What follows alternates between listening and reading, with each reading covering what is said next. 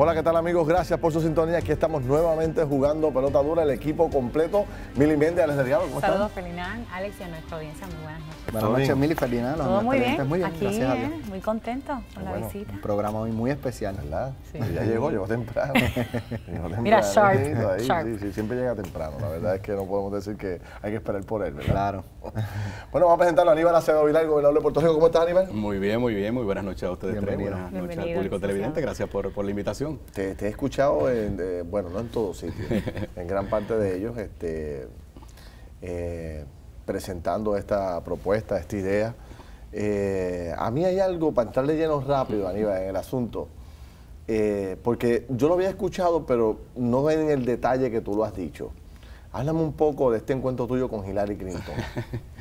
Mira. Porque se sabía como que por debajo del radar, pero esta reunión tuya con Hillary, donde Hillary dice básicamente que con un plumazo pueden mover el gobernador de Puerto Rico. Mira, yo veo eso dentro de unos procesos por los que yo he pasado como presidente del Partido Popular, la primera vez que tú estuviste conmigo allá en Washington batallando contra el Proyecto John, luego como comisionado residente, luego como gobernador, y los diferentes procesos que se han dado sobre el tema del estatus, las diferentes posiciones que han adoptado importantes líderes del Congreso, que han adoptado presidentes, comités de lo que le llamamos aquí en Puerto Rico los task force o los grupos de trabajo.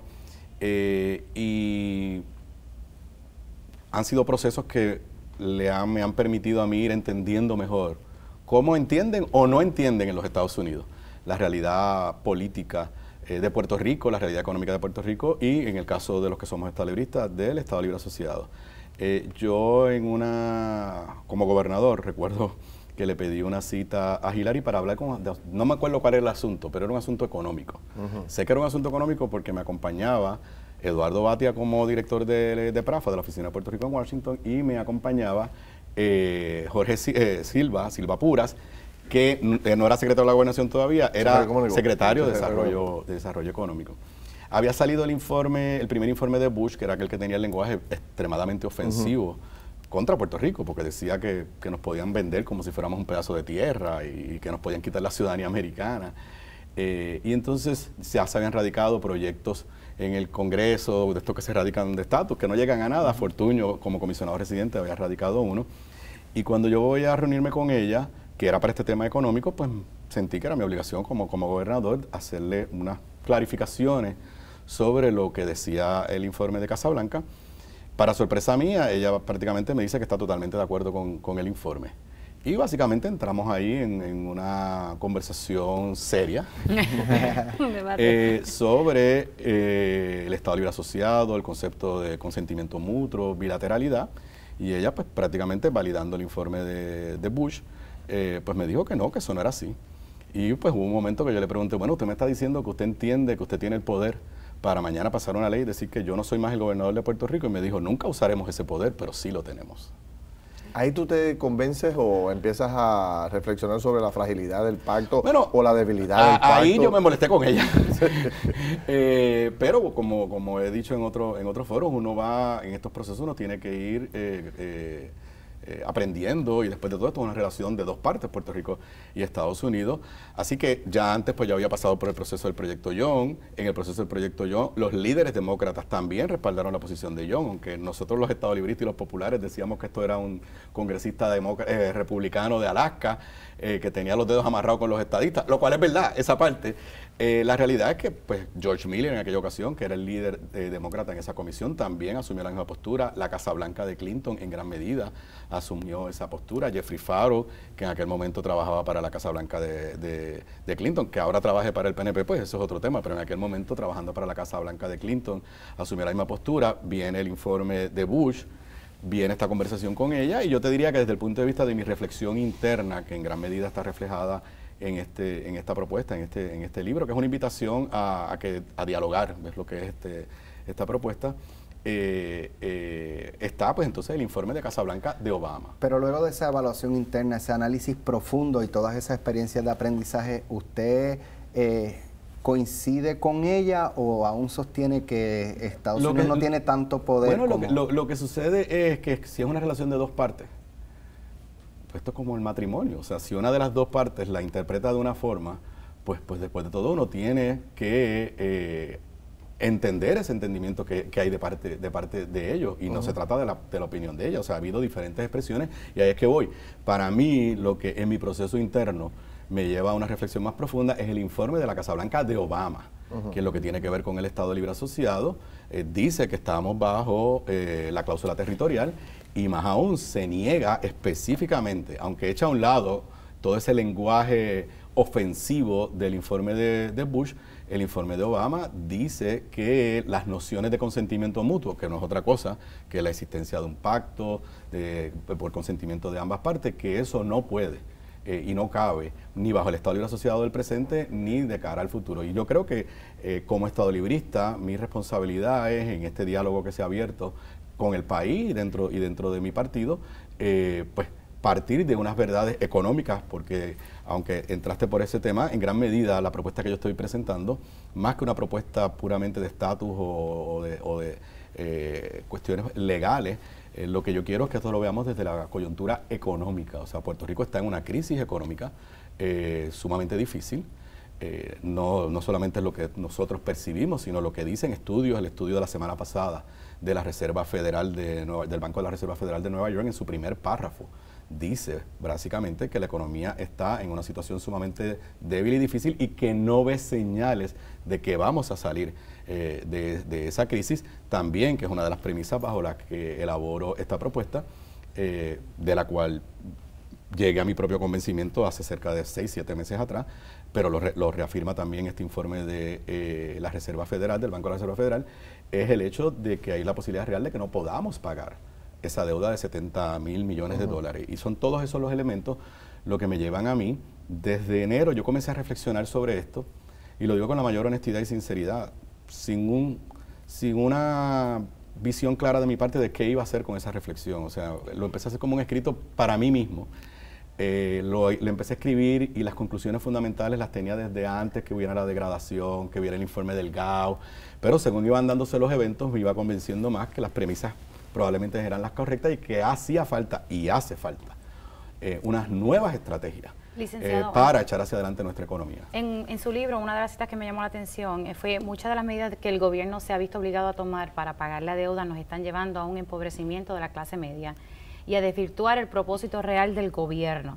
Tiene el efecto de hacer menos competitivo a Puerto Rico y hace más difícil la generación de la actividad económica. ¿En qué hemos fallado a su juicio? ¿Por qué Puerto Rico no ha logrado un desarrollo económico pleno? Bueno, lo que sucede, y es parte de la premisa de mi escrito, es que las herramientas que tuvimos en el pasado porque hemos tenido crisis económica, las herramientas que teníamos en el pasado se agotaron. ¿Por qué? Por el nivel de endeudamiento que por un lado tenemos, y por el nivel de estancamiento, por el éxodo de puertorriqueños en edad productiva que se está dando. Y en ese sentido, ir a buscar las herramientas tradicionales. ¿Cuáles eran las herramientas tradicionales? Pues dame un nuevo incentivo contributivo de Washington. ¿Cuáles eran las herramientas tradicionales? Voy a dar nuevos incentivos contributivos aquí en Puerto Rico. En un momento que tú estás en un déficit, tú no puedes decir voy ahora a dar más incentivos contributivos. ¿Cuáles son las herramientas tradicionales? Voy a inyectar fondos con obras de infraestructura en un país que en este momento no tiene capacidad para tomar prestado. Fíjate que parte de la tragedia que tenemos como país es que en los últimos años estamos hablando de tomar prestado, pero no es tomar prestado para hacer obras de infraestructura, es simplemente tomar prestado para poder seguir operando. O sea, por ejemplo, la Autoridad de Energía Eléctrica tomó un préstamo de 500 millones de dólares hace un año. No fue para hacer plantas nuevas, fue 500 millones de dólares para básicamente poder seguir operando, y si acaso algo de mantenimiento. Y parte de mi planteamiento es: tenemos que crear una nueva base, una nueva estructura económica. Y lo que yo planteo de forma novel es que, y creo que lo deberían hacer los estadistas y lo deberían hacer los independentistas, pero yo como estado librista me parece que el planteamiento que hay que hacerle a los Estados Unidos, y cuando hablo de los Estados Unidos, no estoy hablando del presidente, no estoy hablando del Congreso, estoy hablando de los sectores económicos de Estados Unidos, estoy hablando de los bonistas, estoy hablando de Wall Street, estoy hablando de las compañías que invierten en Puerto Rico, estoy hablando de los sindicatos, estoy hablando de los sectores económicos en Puerto Rico. Es hacerle un planteamiento económico. Mira, para salir de esta crisis, las reglas de juego de hoy ya no dan más. La estadidad, y abundo ahí, es peor para nosotros y para ti. La independencia es peor para nosotros y para ti. Ahora, dentro del Estado Libre Asociado y con unos cambios profundos, nosotros podemos crear una nueva base económica que desde el punto de vista económico y financiero sea bueno para ellos y sea bueno para nosotros. Y eso es una premisa diferente a la que hemos actuado. Siempre hemos ido allá a hacer el planteamiento legal.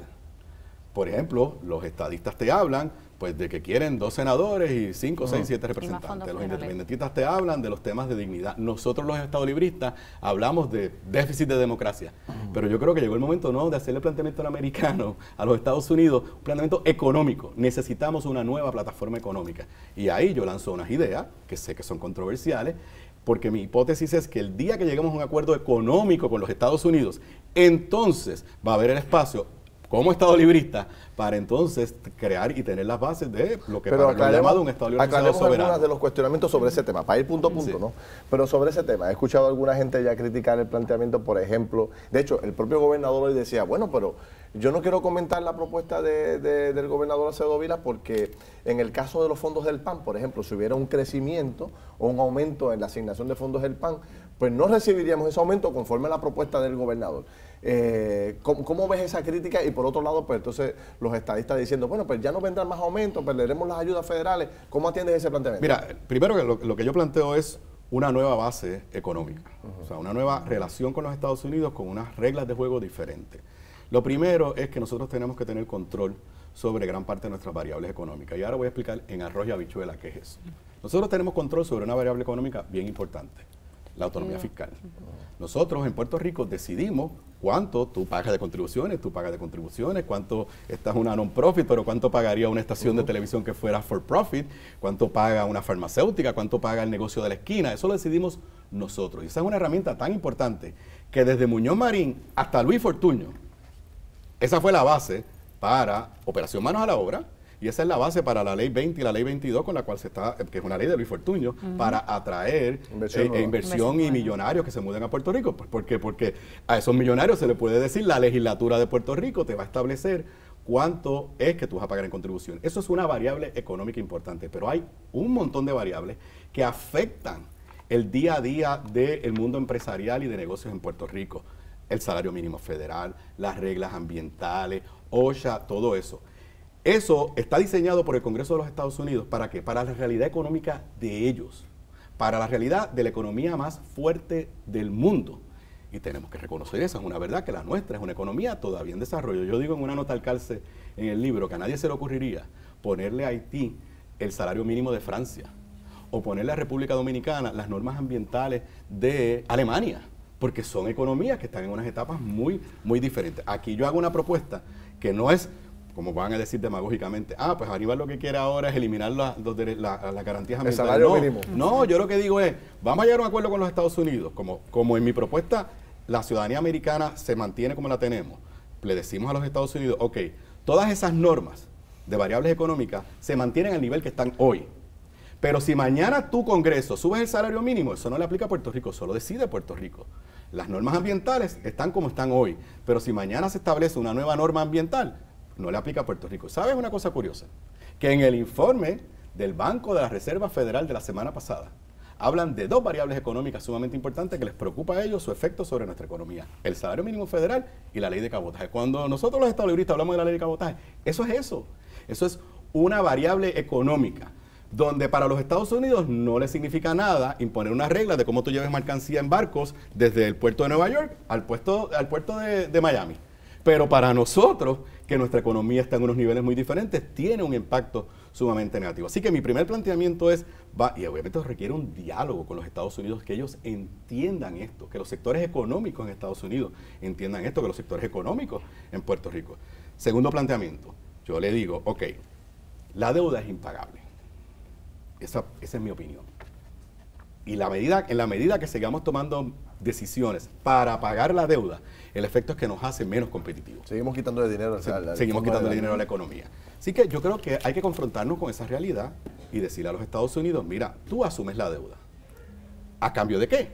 A cambio de que las transferencias federales discrecionales, y esto es bien importante, hay unas transferencias federales que son derechos adquiridos, y además por las que pagamos, veteranos, seguro social, Medicaid, seguro por desempleo, eso debe seguir operando porque después de todo tú lo pagaste, lo vas a seguir pagando. Si Estados Unidos sube o baja los beneficios de seguro social, pues le debe aplicar a Puerto Rico igual. Pero en las otras transferencias federales, lo que yo digo es, los mantenemos al nivel que está hoy. Y eso, desde el punto de vista económico, y eso es lo que yo quiero que entienda, es bueno para los dos. ¿Por qué? Porque Estados Unidos va a tener claro cuánto le cuesta la relación con Puerto Rico. Ahora, los 72 mil millones de dólares no se pagan de cantazo. Eso se paga como usted paga la hipoteca de su casa. Eso es lo que se llama el servicio de la deuda. Puerto Rico hoy, el gobierno central y las corporaciones, está pagando este año 4.500 millones de dólares en servicio de la deuda. Si los Estados Unidos en este nuevo arreglo económico asume esa deuda, ellos no van a pagar 4.500. ¿Por qué? Porque ellos tienen mejor crédito que nosotros. El servicio de la deuda que ellos van a pagar es mucho menor. Ahora, nosotros, y esto es lo que yo quiero que entiendan los amigos que están en su casa, nos liberamos de nuestro presupuesto de ese pago. ¿Qué quiere decir eso? Que se pueden bajar las contribuciones mañana. ¿Qué quiere decir eso? Que se puede bajar la luz mañana, que se puede bajar el agua mañana, que se puede hacer, porque entonces son dinero que se libera, se pueden hacer las inversiones en carreteras que hacen falta, en un sistema de transportación colectiva que necesitamos, en traer nueva inversión a Puerto Rico. Tú puedes dar entonces de verdad incentivos contributivos modernos para traer la inversión, porque es dinero que en lugar de estar usando para pagar un préstamo, para pagar la hipoteca, lo usas para invertir. Y a Estados Unidos, ¿por qué le conviene? Número uno, porque tiene una garantía de cuánto van a ser las transferencias, no van a seguir creciendo sin control. Y por otro lado, esto significa desarrollo económico para Puerto Rico, que es lo más que a ellos les tiene que interesar, porque en la medida que haya desarrollo económico, menos dependencia que tiene Puerto Rico de los Estados Unidos. Tenemos que ir a la pausa, pero cuando regresemos hay montones de temas. Está el tema de la ciudadanía, el del estatus silvestre, la discusión silvestre. Ay, ¿Quieres preguntarle eso? Claro, te conozco.